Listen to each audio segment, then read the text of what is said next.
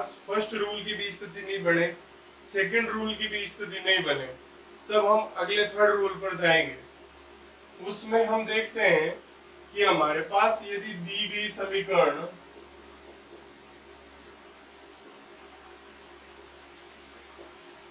m dx plus n dy is equal to 0, ये तो व्यापक स्थिति होती है, तो इस प्रकार हमारे पास समीकरण होगा।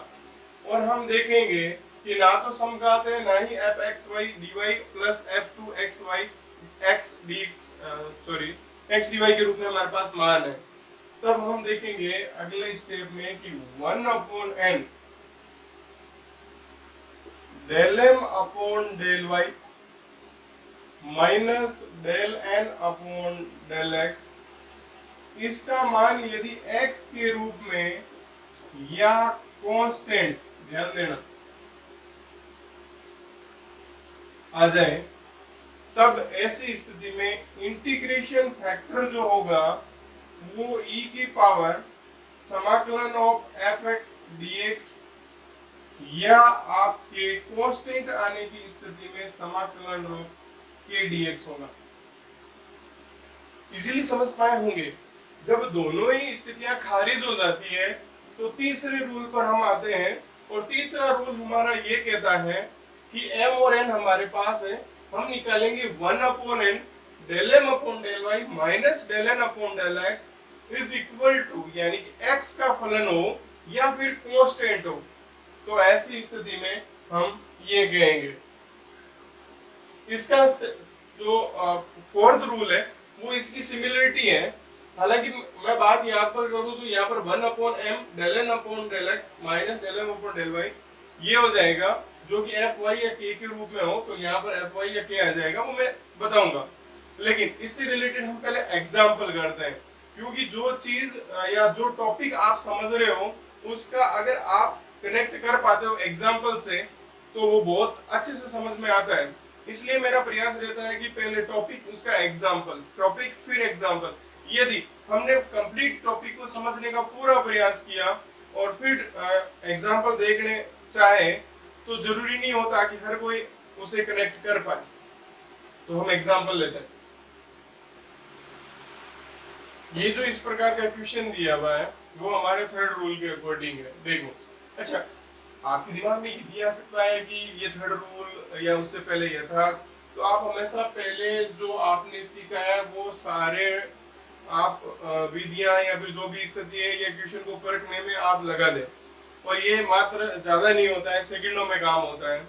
तो पहले del m upon del y del n upon del x निकालें, फिर देखें कि क्या ऐसी स्थिति हो सकती है क्या। जब ये यथार्थ नहीं है तो फिर फर्स्ट देखेंगे कि समघात है कि नहीं है। जब समघात नहीं है तो हम चलेंगे क्या f x y रूप में है या नहीं है। जब नहीं है तब ऐसी स्थिति में m और n का निर्धारण कीजिए, और फिर हम ये जो अभी रूल लगा रहे हैं वो उस पर देखते हैं कैसे करते हैं इस क्वेश्चन को। तो यहाँ पे देखेंगे कि जहाँ m का मान आपके पास है pxy माइनस 2a y² और n आपके पास है x² माइनस 2a yx। ठीक बात है। अब हम एक तो निकालना हमें क्या है वो नोटिस में रखे, 1 upon n del m upon del y minus del n upon del x, ये मान आना चाहिए fx या कांस्टेंट। अच्छा, ये आना चाहिए, अभी तो मैंने ये बात कही है। अब तो इसके अकॉर्डिंग हम del m upon del y निकालेंगे। हाँ जी, y के सापेक्ष, तो 3x माइनस 4ay। अच्छा, क्या आगे स्थिति देखते हैं। देखो, del n upon del x, तो ये हो जाएगा 2x माइनस 2ay। हाँ जी, 1 upon n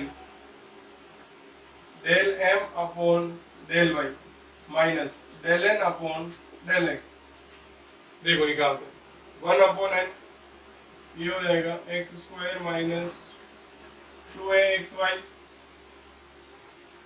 3x minus 4ay minus del n upon del x, तो minus 2x plus 2ay x common लेता हूं तो x माइनस 2ay बचेगा, ऊपर ध्यान दें, ऊपर x माइनस 2ay बचेगा, तो ये कैंसिल, हमारे पास आ गया 1/x जो कि fx ही था, x का ही तो फलन है। तो यदि x का फलन हमारे पास आ गया तो ऐसी स्थिति में हम इसका इंटीग्रेशन फैक्टर निकालेंगे जो कि हमारे पास होगा e की पावर fx dx के रूप में।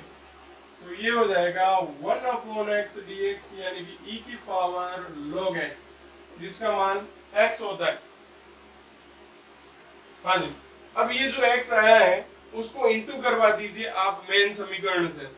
इससे हमने इंटू करवाया तो हमारे पास आ जाएगा, देखो 3x² minus 2ax y² dx plus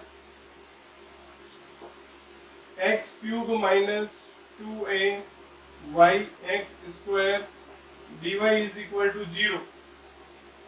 हाँ जी, अब ऐसी स्थिति में ये आपके सीधा सीधा निरीक्षण विधि से ही सरल हो जाएगा।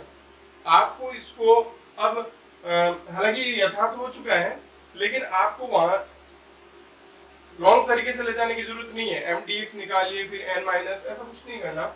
यहाँ देखिए मैं लिख देता हूँ 3xy dx minus 2ax y² dx plus x³ dy minus 2ay x² dy is equal to 0।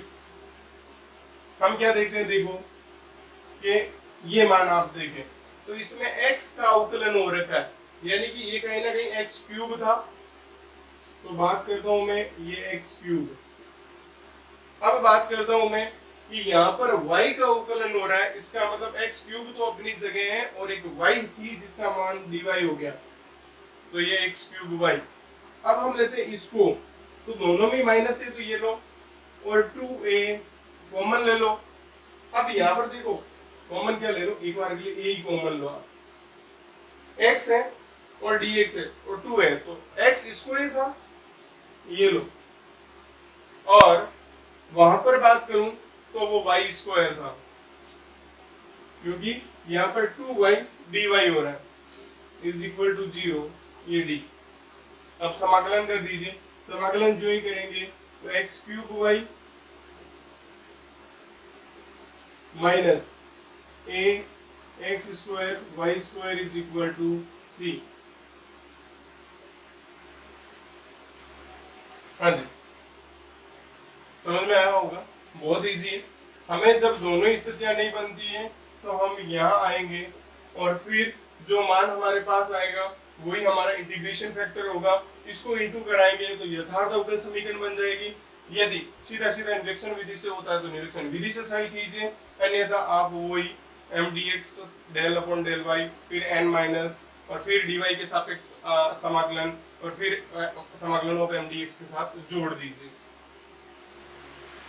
Fourth rule है जो लगभग थर्ड रूल के जैसा ही है, लेकिन कुछ चेंज है। वो चेंज क्या है वो देखते हैं हम, कि यदि आपके पास समीकरण दे रखी हो m dx plus n dy is equal to 0 के रूप में, पहली बात क्या, ऐसे समीकरण तो हमारे पास होगी। अब हम बात करते हैं यदि हमने 1/m del n upon del x minus del m upon del y is equal to, यानी कि ये निकाला और आपके पास आया आप fy या फिर कांस्टेंट मान, तब ऐसी स्थिति में इंटीग्रेशन फैक्टर जो होगा वो e की पावर समाकलन ऑफ fy dy या e की पावर समाकलन of k dx k dy मिलेगा इंटीग्रेशन फैक्टर। फिर जो इंटीग्रेशन फैक्टर आता है इसको इससे गुणा करवाइए और यथार्थ अवकल समीकरण बन जाएगी, और यथार्थ अवकल समीकरण को सरल कीजिए। निरीक्षण विधि से कर सकते हैं या फिर जो विधि हमें पता है उससे हम इसको सॉल्व कर सकते हैं। अच्छा, पहले वाले और इसमें क्या अंतर है वो ध्यान दें कि यहाँ पर 1/n था एन यहाँ होते ही एम से शुरू होता है और del M upon del Y minus del N upon del x, और जो कि मान एफ एक्स के रूप में या कांस्टेंट में आना चाहिए था। लेकिन यहाँ चेंज ये है कि 1 upon m del N upon del x minus del M upon del y, y का फलन होना चाहिए या कांस्टेंट आना चाहिए। तो अब इंटीग्रेशन फैक्टर हो जाएगा e की power f y d y या फिर e की पावर के जो कांस्टेंट है डी वाई। इजी है, बहुत इजी है। एग्जांपल लेते हैं, आपको अच्छे से समझ में आ जाएगा। हाँ, रूल नंबर 4 के अकॉर्डिंग हम एग्जांपल देखते हैं। देखो क्या है, आपके पास ये m है और आपके पास ये n है। m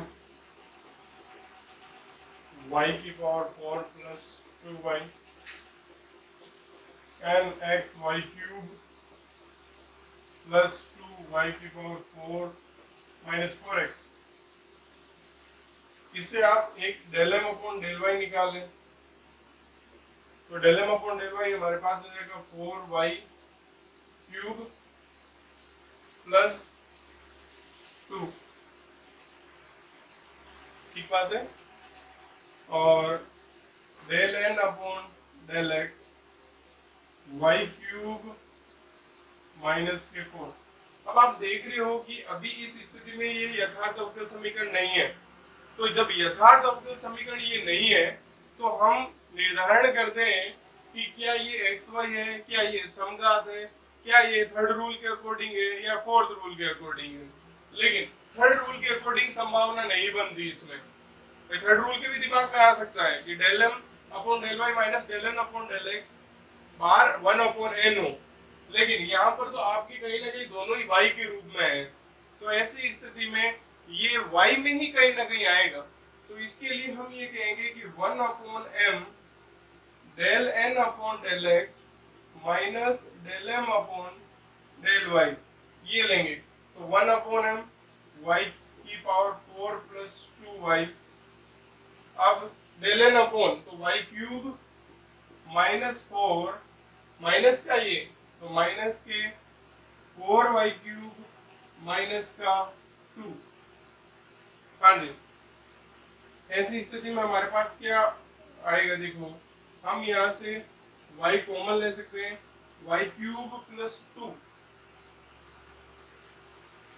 इंटू में यहाँ पर हो जाएगा, देखो ये तो माइनस के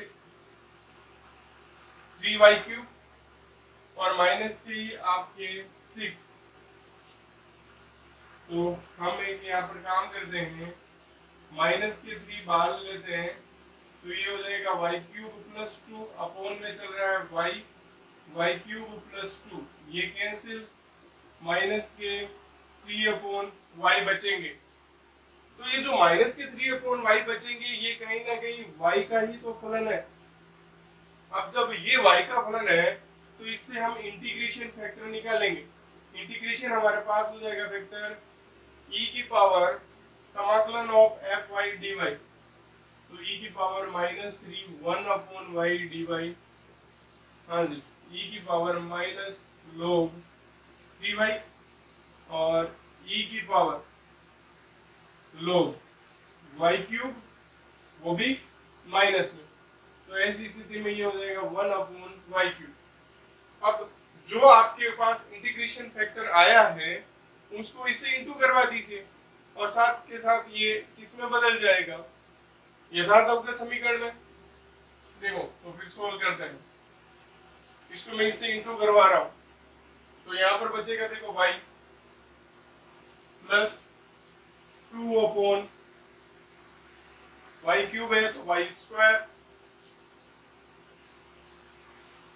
dx plus x plus 2y minus 4 x y cube dy is equal to 0। अब आप इनको सबको dx और dy से इंटू करवा दीजिए, ये निरीक्षण विधि से ही सोल्व हो जाएगा सीधा सीधा। देखो यहाँ पर हम इस क्वेश्चन को करने का प्रयास करते हैं, y dx plus 2 upon y square d x plus x d y plus 2y dy minus 4x y cube d y is equal to 0। ठीक है, अब देखो, एक तो मैं x dy plus y d x साथ में लेता हूं, तो ये डी एक्स वाई बन जाएगा plus 2/y square d x minus 4x upon y cube d y, ये साथ में लेता हूं और 2y dy अपनी जगह है। ठीक बात है, हाँ जी, सोल्व करें इसे। ये तो हो जाएगा डी एक्स वाई और ये हो जाएगा देखो प्लस डी, यहां पर किसका अवकलन हो रहा है, एक्स का। ठीक बात है, और आप अगर 2 बार ले तो इसका मतलब 2 यहाँ रहेगा, x का यहाँ पर हो रहा है, यहाँ पर y स्क्वायर का हो रहा है अपॉन में 1/y स्क्वायर, y स्क्वायर के कारण से ही तो माइनस के 2/y क्यूब हुआ प्लस ये हो जाएगा 2y dy। अब आप इसका समाकलन कर दें, जो ही समाकलन करेंगे आपके पास आएगा xy प्लस 2x अपॉन में y स्क्वायर प्लस ये y स्क्वायर, देखो y स्क्वायर अपॉन 2 होगा और 2 से 2 कैंसिल हो जाएगा, इज इक्वल टू c। बस यही इस क्वेश्चन का आंसर हो गया। देखो, जहां तक हो सके आपको सीधा सीधा अगर नजर आता हो तो निरीक्षण विधि से ही उसको सॉल्व करें, ताकि आपके अपेक्षाकृत इजी होगा जो कि आप लंबी जो विधि लगाते हो, बस वो कैलकुलेशन में। बाकी तो विधि इजी है वो भी, क्योंकि काट पीट के एकदम शॉर्ट हो जाता है लास्ट में। लेकिन यहाँ पर इससे क्या होगा कि आपका एक्सरसाइज करने का तरीका और बहुत ज्यादा यूँ देखा जाए तो कैलकुलेशन का तरीका अच्छा हो पाएगा इन फ्यूचर कंपटीशन के हिसाब से। देखिए, रूल नंबर 4 के बाद आएगा रूल नंबर 5, जो कि कुछ अलग है, हटके है ये भी। देखो, यदि आपके पास समीकरण m d x plus n d y is equal to 0 के रूप में दे रखी हो, तो पहले हम बात करें रूल की, तो पहला देखेंगे कि क्या ये समघात है। उससे पहले तो ये बात सीधी सीधी होनी चाहिए कि क्या ये यथार्थ है, यथार्थ नहीं है। तो ऐसी स्थिति में क्या समघात है, समघात भी नहीं है। एफ एक्स वाई वाली स्थिति बनती है, वो भी नहीं। फिर बाद में 1/n और 1/m से x के फलन और y के फलन वाली स्थितियां बनती है कि नहीं बनती। यदि नहीं बनती है तो फिर हम इस पे आएंगे और हमारे पास ये होना चाहिए, देखो x की पावर a और y की power b, my dx plus nx dy plus x की पावर c y की power d py dx plus qx dy is equal to 0। इस प्रकार के रूप में हमारे पास यदि समीकरण हो, इसको व्यवस्थित करने के बाद तब हम बात करेंगे। लेकिन मैं बता दूं, a b c d m n p और क्यू ये आपके पास अचर हैं। तब ऐसी स्थिति में हम इसको x की पावर h और y की पावर के समाकलन गुणक से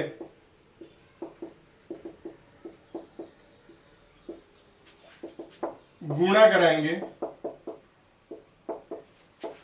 और गुणा कराने के बाद हम m और n का निर्धारण करेंगे।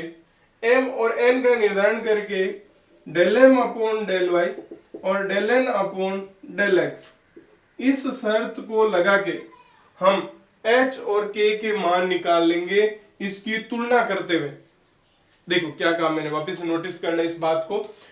पांचवा जो रूल है वो अगर देखा जाए तो है तो इजी, लेकिन समझा कैलकुलेशन के मामले में थोड़ा सा अपेक्षाकृत चारों रूल से ज्यादा यूं डिफिकल्ट माना जाता है, बाकी डिफिकल्ट है नहीं। और ज्यादातर क्वेश्चन आपके आते इसी से रिलेटेड है। तो देखो, इस रूप में हमारे पास समीकरण हो और रूप हमारे पास ये होना चाहिए इसका, जो व्यवस्थित करने के बाद। अब हम बात करें, ये तो अक्षर में आ गया। हम इस समीकरण को जो हमारे पास दे रखी है उसको हम इससे गुणा करवा देंगे। जो ही गुणा करवाएंगे आप, तो ये यथार्थ अवकल समीकरण होगी। क्योंकि समाकलन गुणक की बात की जाती है, तो जिस समाकलन गुणक से गुणा करवाने के बाद वो समीकरण यथार्थ अवकल समीकरण बन जाती है। तो इस यथार्थता की शर्त से, जो कि ये है हमारे पास पर्याप्त और आवश्यक शर्त, जिससे हम सरल करेंगे तो h और k में हमारे पास आएगा, और h और k के से हम तुलना करते हुए h और k का मान निकाल लेंगे। जो ही निकालेंगे फिर उसको यहां पर रखेंगे तो वो यथार्थ अवकल समीकरण बन जाएगी। फिर या तो निरीक्षण विधि से, अन्यथा यथार्थ अवकल समीकरण से इसको सरल कर लेंगे। मैं एग्जांपल लेता हूं, देखते हैं अपन। देखिए रूल नंबर जो 5 है उसके अकॉर्डिंग हम एग्जांपल लेते हैं। हमारे पास x की पावर a, y की पावर b, अंदर जो भी व्यवस्था हमने बताई है उस अनुसार से स्टैंडर्ड रूप में होनी चाहिए। तो इसमें अभी ऐसी स्थिति नहीं है, इसको व्यवस्थित करते हैं अपन। Y cube D x minus 2y(x² dx plus 2x y² dy minus x³ dy is equal to 0। ठीक है, मैं देखो इसमें से और इसमें से y² कॉमन ले लेता हूँ। तो जो ही y² कॉमन लूंगा तो हमारे पास आएगा y dx plus 2x dy minus, अब देखो इसमें दोनों में माइनस है और x² कॉमन आ रहा है, तो x² 2y dx plus x dy is equal to 0। अब ये देखो x की पावर a, y की पावर b, या x की पावर c, y की पावर d बन रहा है, और ये y dx x dy और y dx x dy की स्थिति बन रही है आपके। हाँ जी, तो हम जब ऐसी व्यवस्था होती है तो समाकलन गुणांक मानते हैं, समाकलन गुणक x की पावर k और x की पावर h y की पावर k से गुणा कराने पर, जो ही देखो x की पावर h और y की पावर k से इसको इंटू करवाएंगे तो हमारे पास आ जाएगा x की पावर h y की पावर k प्लस 3 यहाँ से dx, हाँ जी, प्लस 2 x की पावर h प्लस 1 और y की पावर आपके k प्लस 2 होगी dy, हाँ जी, माइनस ये हो जाएगी x की पावर h प्लस 2 बार ले रहा हूं y की power k plus 1 plus x की पावर h प्लस 1, h तो गुणा करा रहे हो, और 1 और y की पावर, अच्छा ध्यान दें, 1 क्या, 1 और 2 3 होगी आपकी, और y की पावर k हो जाएगी dy। हाँ जी, अब हम लेंगे इसको, तो देखो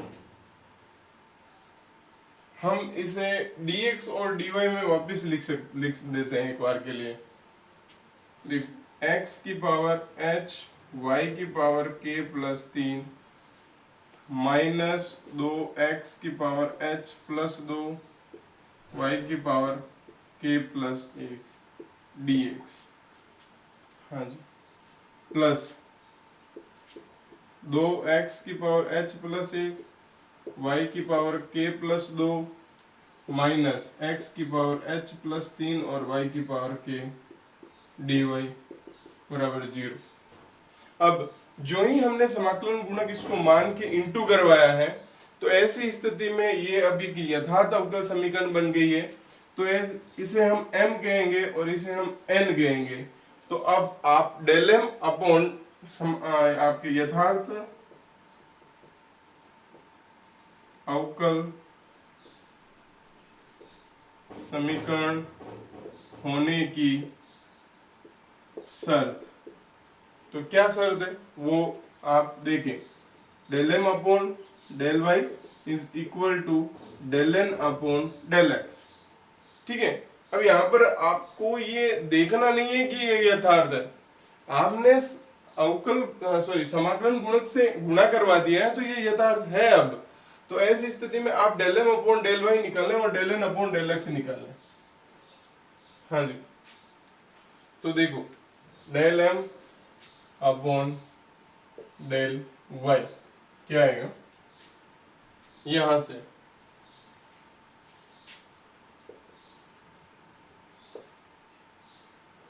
x की पावर h और y की power k plus 2, k plus 3 आ गया माइनस 2 k प्लस 1 x की पावर h प्लस 2 और y की पावर आपके केवल k। ठीक है, और यहां से मैं निकाल लेता हूं del N upon del x, x का h प्लस 1 और x की पावर h y की पावर k प्लस 2 और 2 आगे रहेगा, ध्यान रखना। हाँ जी, माइनस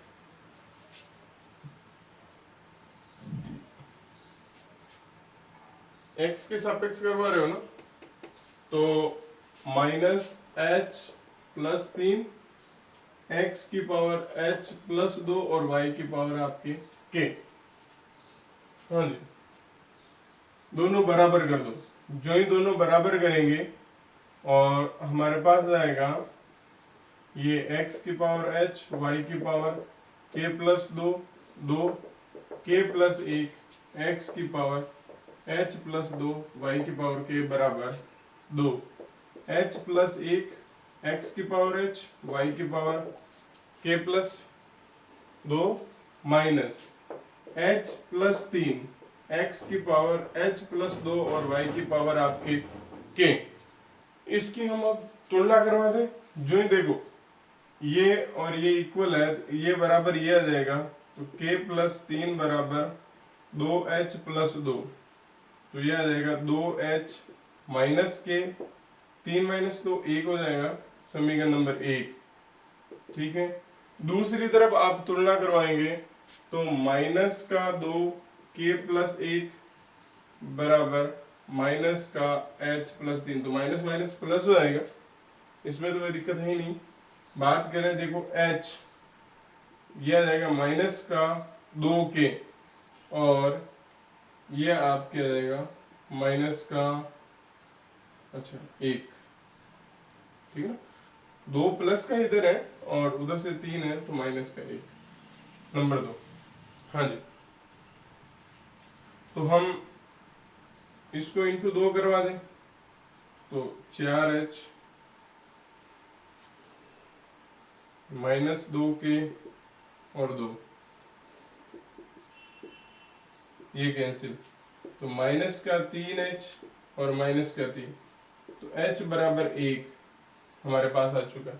अब h बराबर 1 यहाँ रखो तो क्या आ रहा है, 2 आ रहा है, और उधर ले जाओगे तो माइनस का 1, तो k बराबर भी 1 आ जाएगा। अब हाँ, h और k का मान मैं यहाँ रख देता हूँ, देखो क्योंकि यहाँ पर x की पावर h और y की पावर k से इंटू करवाया हुआ है पहले से, तो देखो ये आ जाएगा x y की power 4 dx plus 2x square y की power 3 dy minus 2x cube y square dx plus x की पावर 4 y dy बराबर 0। हाँ जी, इसे मैं क्या लिख सकता हूँ, देखो आप ये पावर 4 है और ये देखो ये 2 यहाँ पर आया हुआ है, तो अपने को 2 से इंटू करवाना पड़ेगा, तो 2 से जो ही इंटू करवाओगे तब आपके पास स्थिति सीधी सीधी नजर आएगी और आप निरीक्षण विधि से ही इसको सरल कर लोगे। इसको भी 2 से इंटू करवा दे आप और x, अच्छा इंटू करवाया तो भाग भी तो देना होता है ना, तो x cube y square d x plus 2x की power 4 y d y is equal to 0। अब इसके भी अपॉन में 2, देखो ये 1/2 डी एक्स स्क्वायर, देखो एक्स स्क्वायर था तभी तो 2x हुआ dx, और y की पावर 4 प्लस ये भी 1/2 d माइनस चल रहा है यहाँ पे, ये देखो x की पावर 4 y स्क्वायर बराबर 0। अब हम इसका समाकलन कर देते हैं, तो समाकलन करने पर क्या स्थिति बनेगी, देखो 1/2 x स्क्वायर है y की पावर 4 माइनस 1/2 x की power 4 y square is equal to c कह देता हूँ। तो इसमें हमें मिलेगा देखो x स्क्वायर y की पावर 4 माइनस x की power 4 y square 2c, x square y की पावर 4 माइनस x की पावर 4 y स्क्वायर, नया नाम आप k दे दीजिए, बस यही आपका इसका उत्तर हो जाएगा।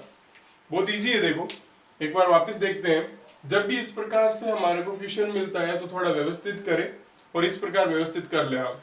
और समाकलन गुणांक x की पावर h और y की पावर k से गुणा करवाते हैं हम। जैसे ही गुणा करवाते हैं तो ये यथार्थ अवकल समीकरण बन जाती है। तो यथार्थ अवकल समीकरण की पर्याप्त और आवश्यक प्रतिबंध जो हमारे पास है वो लगा देंगे, जिससे हमारे पास जो आएगा h और k में एक रिलेशन आ जाएगा, जो कि तुलना करने पर हमें मिलेगा। इन दोनों की जो ही तुलना करवाएंगे h और k का मान हमें मिल जाएगा। h और k का मान फिर हम इस समीकरण में, जो गुणा कराई हुई समीकरण में रख देंगे। जैसे ही रखेंगे तो ये फिर एक सीधा सीधा जहां तक हो सके वो निरीक्षण विधि से सरल हो जाएगा। अन्यथा यथार्थ अवकल समीकरण को सरल करने की हमारे पास विधि है, उससे हम देख लेंगे। तो यदि विधि अभी तक आपने हमारे वीडियो नहीं देखे तो बिल्कुल पीछे हमारे वीडियो उपलब्ध है हमारे चैनल पे, आप जरूर देखें और समझने का प्रयास करें। यदि फिर भी नहीं समझ में आता है तो बिल्कुल मुझे कमेंट्स करें, मैं आपके लिए प्रयास करूंगा और से अच्छे समझाने का।